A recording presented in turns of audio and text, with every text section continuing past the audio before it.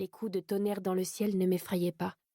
J'étais déjà accoutumée au vent capricieux de l'île ainsi qu'au mugissement sourd qui, la nuit, montait de la jungle.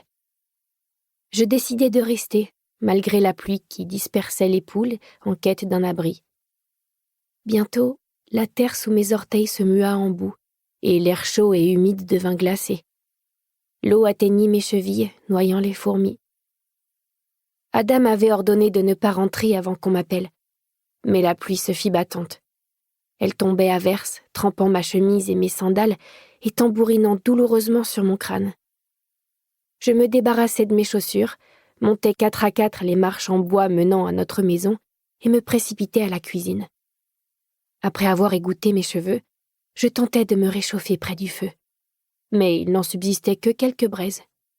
« Ada » appelai-je en grelottant. « Mama » Pas de réponse. Mon estomac se mit à gargouiller. En hauteur, à côté du faitout, je vis un plat de gâteau que, la veille, Mama avait fait cuire à la vapeur à mon intention, parfumant ses mains à la noix de coco et faisant luire ses ongles empoissés de sirop. « Les gâteaux de Chani sont prêts !» annonçait-elle toujours lorsqu'ils étaient cuits. « N'en mange pas trop à la fois, ou les mouches à sucre s'inviteront à dîner dans ton ventre. » Mais ce jour-là, elle ne dit rien. Je me hissai sur la pointe des pieds et tendis haut les bras, mais je n'étais pas assez grande pour atteindre le plat. « Mama, puis-je manger des gâteaux ?» Mama ne criait plus, mais je l'entendais respirer bruyamment dans l'autre pièce. À l'époque, notre maison était très petite et un simple rideau séparait la cuisine de la chambre d'Ada et de Mama.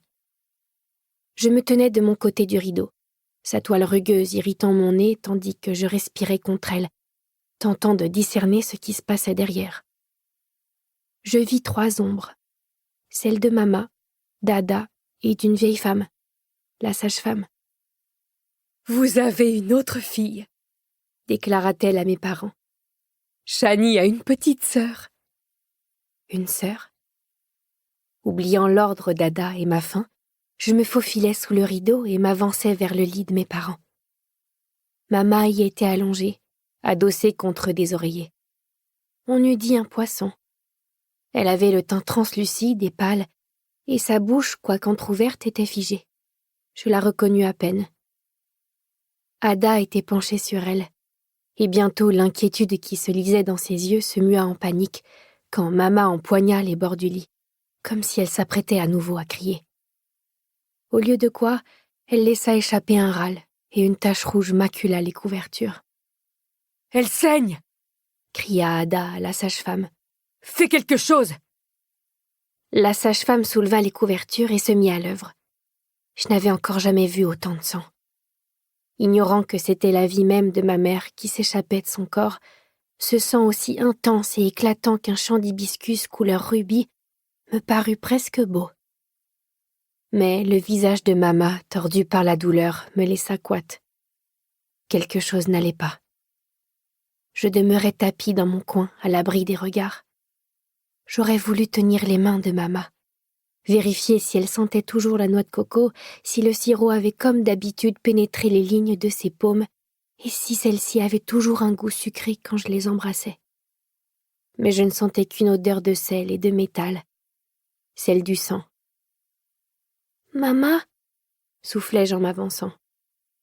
Ada m'attrapa par le bras et me repoussa loin du lit. « Qui t'a permis d'entrer ? Sors immédiatement !»« Laisse-la » protesta faiblement Mama, tournant la tête vers moi. « Viens faire la connaissance de ta petite sœur, Chani. » Je n'avais aucune envie de faire la connaissance de ma sœur et voulais seulement parler à Mama.